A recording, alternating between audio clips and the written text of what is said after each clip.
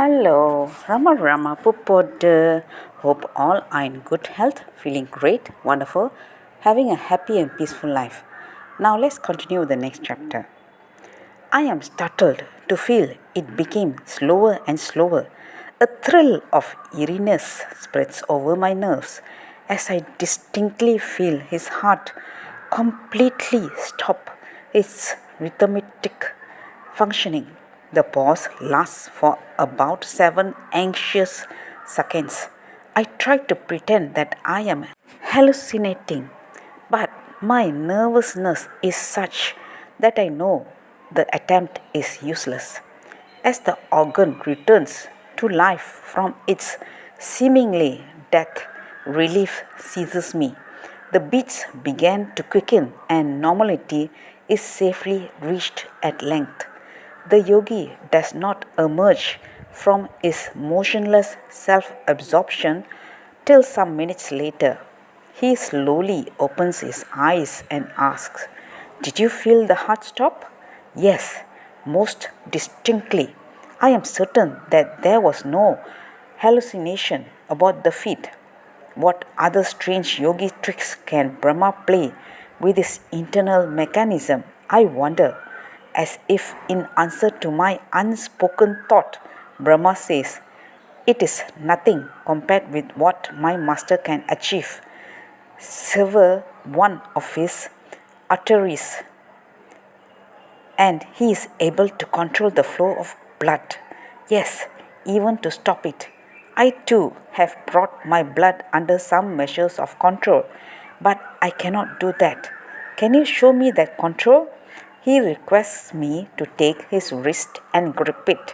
Where I can feel the flow of blood through his artery, I do so.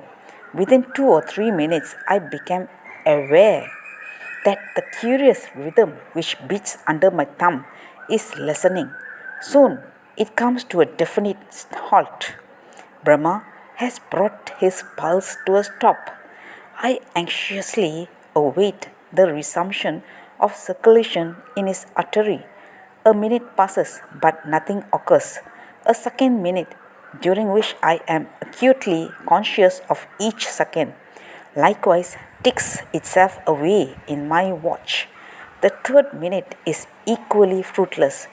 Not until halfway through the fourth minute do I become conscious of a faint return to activity within the artery. The tension is relieved. Before long, the pulse beats at its normal rate. "How strange!" I exclaim involuntarily. "It is nothing," he modestly replies. "This seems to be a day of strange feats. So, will you not show me another?" Brahma hesitates. "Only one more," he says at length, "and then you must be satisfied." He looks thoughtfully at the floor and then announces, "I shall stop the breath." "But then you will surely die," I exclaim nervously.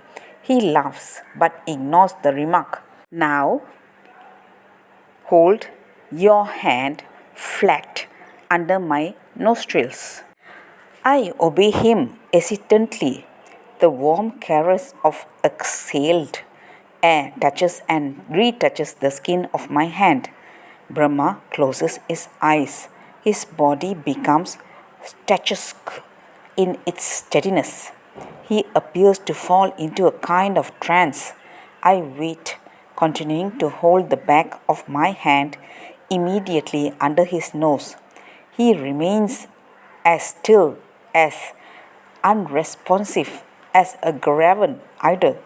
Very slowly, very evenly, the caress of his breath begins to diminish. Ultimately, it completely ceases.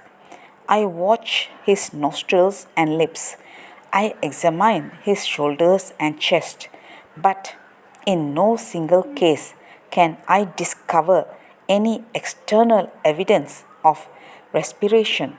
I know that these tests are not final and wish to make a more exhaustive test, but how? My brain works rapidly. There is no hand mirror in the room, but I find an excellent substitute. in a small, polished brass dish. I hold the dish under his nostrils for a while and again in front of his lips. Its shining surface remains unmarred by any dullness or moisture.